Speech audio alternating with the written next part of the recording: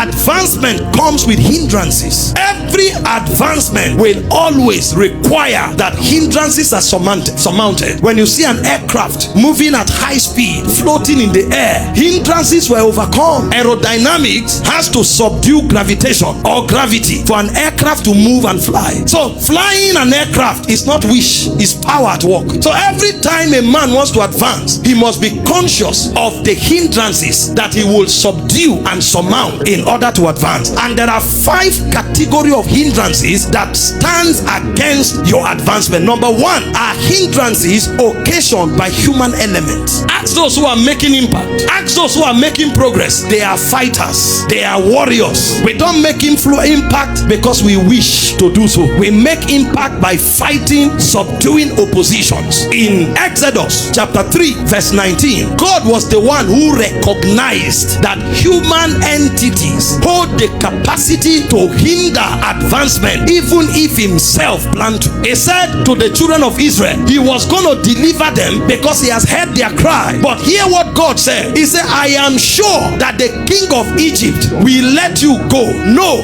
not by a mighty hand. The only reason why he will let you go is when I come with a heavy hand. Otherwise, he will not let you go. So Pharaoh was a hindrance to the advancement of the children of Israel. Everybody who wants to break forth will meet a Pharaoh, and there has to be a mighty hand to force Pharaoh to let you go. Some of you are wishing, hoping that you will move. You don't know that movement is warfare. Nobody advances by luck. Nobody advances by chance. See the naivety of many failures. When they see people making impact, they say they are lucky. Who told you you can live by luck? There are over 8 billion people in the world. Even if luck was a possibility, when will your tongue come? 8 billion people on earth. You say luck. You believe in luck? Are you not a joker? There are forces, definite forces, that if deployed causes a man to move, opposition's presence notwithstanding. And one of those forces, whether you like it or not, are human elements. They will want you crippled. They will want you destroyed. In fact, there are people that when you fail, they are excited. The Bible said the enemy shall not afflict you, neither the son of wickedness alight upon you. There are people called sons of wickedness. Their goal is to see you fail. Their joy is to see you frustrated. In fact, when you find them excited, somebody is failing, somebody is hopeless, somebody is crying. That's what gives them joy. These are the kind of entities the Bible called the Pharaoh. And so for you to advance, you must understand what it takes to subdue human limitation. There are wicked men who will not see you rise. If you don't believe it, that's your cup of tea. You are actually naive. But if you believe it, you will wake up, you will contend, and you will prevail. Because the truth is that you must prevail. In Psalm 105 verse 17, the Bible said God sent a man before them, even Joseph. God sent a man. God moved the man ahead. Guess what stopped Joseph? It wasn't Satan, it was men. His brothers arrested him, threw him into a pit. His brothers sold him into slavery until Joseph ended up in chains. The man that God wanted to advance, the Bible said he was bound in fetters. He was laid in iron. So God will want to advance a man.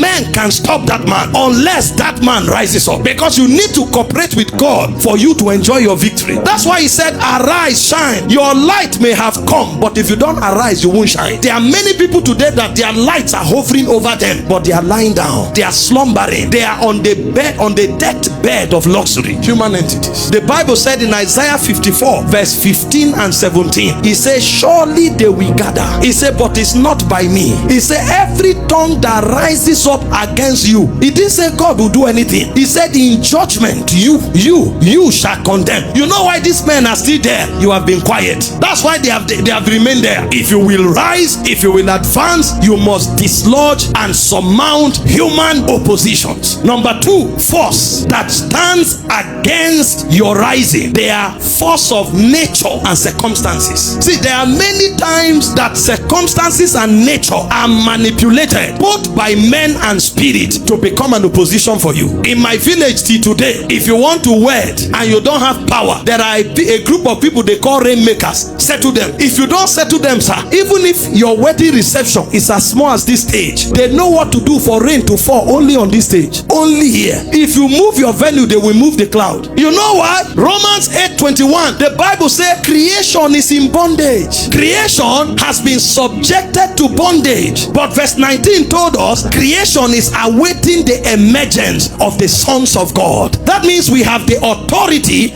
to liberate creation from the one that has put it in bondage. That's why some of us, we will not settle them. The rain will not fall. When they do everything they know to do, the weather will remain the way it is. And they will wonder, why is it not working today? A sun is standing. A sun has arisen. A son has spoken. I'm telling you, because the government of this world is on the shoulder of sons. And until the time of Jesus, there was no son. When he came, he became the first son. When he resurrected, he ceased to be the only son. Jesus himself said, I am ascending to my Father and to your Father. So when Jesus rose from the dead, he was no longer the son alone.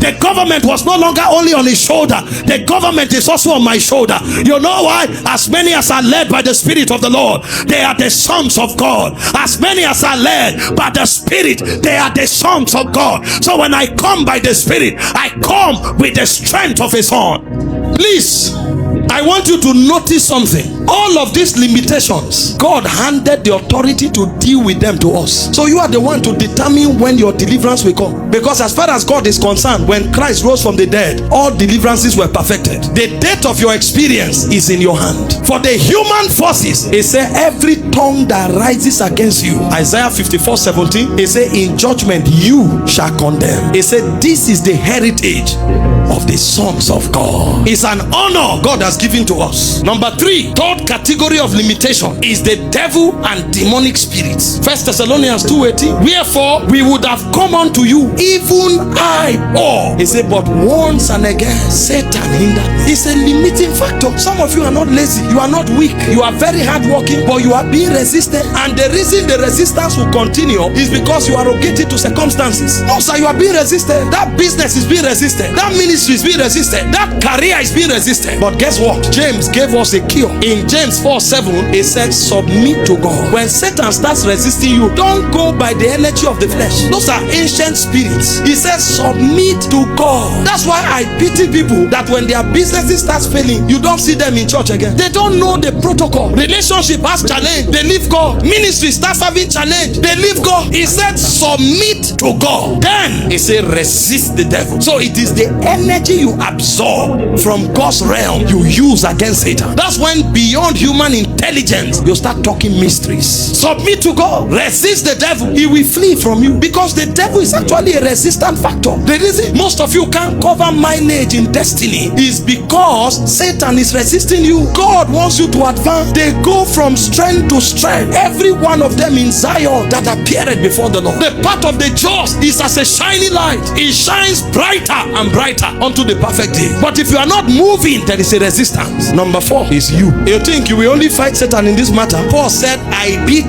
my body. 1 Corinthians 9:27, I bring it under subjection. Those who run beat their body. Go and look for an athlete, ask him. When you see them running in Olympics, you think they woke up the day of the competition and said, me too, I can run. They beat their bodies. Men in many cases are the major limitations to themselves. You'll be shocked that most of the people failing failed because they made the choice to. And I will show you some of the things we do that make us become our own body. Number 1, negative perception. There are men that are very creative in the corridor of pessimism. Any idea you bring, the moment you mention it, they'll give you a million reasons why it can't work. They are programmed to only think failure and negative thoughts. You will think, oh, if they meet God, it will change. Even when God speaks, they will give God a reason why it won't work. You think it's a joke? Why did God destroy the Israelites in the wilderness? The people God called men of evil heart. Imagine God told them, this land I will give you. Guess what they said? Numbers 13:31. We are not able to go against the people. They are stronger than us. God, you inclusive. Why do I know that? God was working with them visibly. The Bible said the pillar of fire went before them in the night, and the pillar of cloud went before them in the day. So they saw God working with them visibly. Yet they said these people are stronger than us. Your presence makes no difference. That's the problem and with many. So when you see one man rise, he has overcome this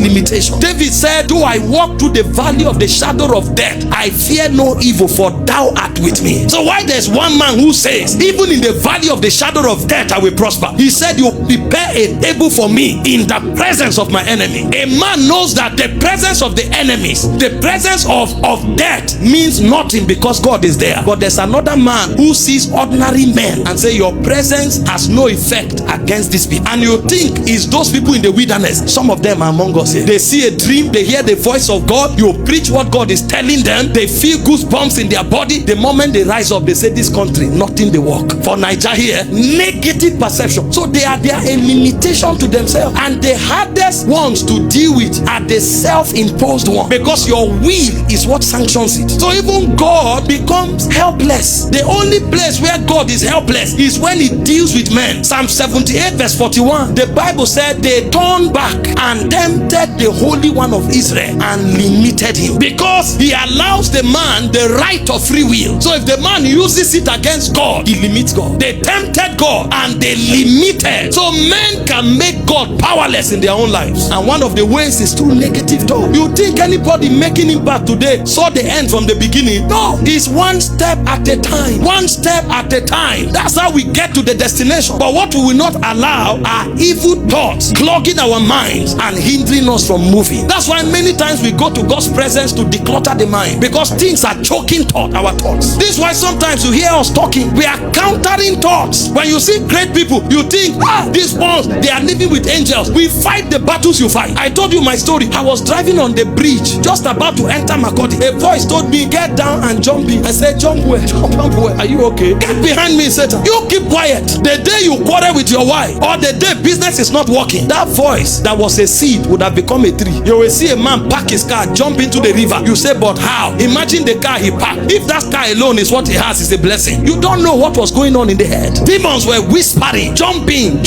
And the day when he was low, that day he saw reason with the demon. So we don't keep quiet. He said, casting down imagination and every high standing thing that opposes itself above the knowledge of God, bringing into captivity all things to the obedience of Christ. Number two is immaturity. Some men are so immature, they've not even heard God. They've told everybody. They are talkers, doing nothing but talking. When God speaks to you, you take it back to his presence, sit on the altar and have a confirmation and strategy for implementation. Allow your result to talk to people. Just talking everywhere, messing up their lives. Immaturity. So you see that even God can't do much with them. He said the heir, Galatians 4:1, so long as he's a child, he's not different from a servant. He's supposed to be the Lord of all. So God has ordained him to be Lord, but he's living as a servant, and there's nothing God can do because he's immature, puerile in understanding. That's why you need to learn to grow. Learn wisdom from scripture. Limitation. Then the barrier of sin and rebellion. Hebrews 12 verse 1 to 2. Because of your manifestation, you were the glory the Bible spoke of that made Jesus endure shame. But he said they cannot lay aside weights and sin that beset them. Those who run, who cover mileage, they lay aside sin and weights. Forgive for where he has kept malice with one person for 7 years. Keep yourself for God. He said, no easy. He no easy. He has slept with 20 people, and you are wondering why all the opportunities he has, no one is amounting to anything. He has squandered it. He said, I looked through my window, I saw a young man void of understanding. His feet is on the path to death, for he has gone the way of the harlot. For the harlot has told him, I've dressed my bed with rubies. Come, let's go and lay with ourselves. He said, that man has gone the way of death. These are not people that follow. They have created a system of iniquity and they service it. That's their way of life. And so because they have done that, they have edited God out of their lives. So there are people that are their own limitation. But if you want to run, you must learn the way of Paul. He said in 1 Corinthians 9:27, I beat my body. A generation that beat the body must rise. Job said, I have a covenant. I had a covenant with my eyes not to look upon the virgin. Peter said in 1 Peter 4:1, he said, they that have suffered in the flesh have ceased from sinning. They put their bodies to trainings, spiritual trainings, because of where they are going. They won't allow their appetites master them. Why do you think children never make progress? Everything gets their attention. They've not mastered their own attitude. A race was organized for a tortoise and a rat. The rat can run 10 times faster than the tortoise. But guess who won? Your guess is right. The tortoise had one focus: go forward. It was moving slow but steady. The rat will sprint here, sprint there, sprint there. That rat is running till today. Tortoise has finished racing. The rat is still running. I told you, if you are in the wrong direction, speed is not an advantage. But if you are giving to your emotion, you will waste your destiny. And that has become become one powerful weapon in the hand of the devil. Most of us are like the madman of Gadara. The weapon of our destruction, the devil put it in our hand. We are the ones enjoying ourselves.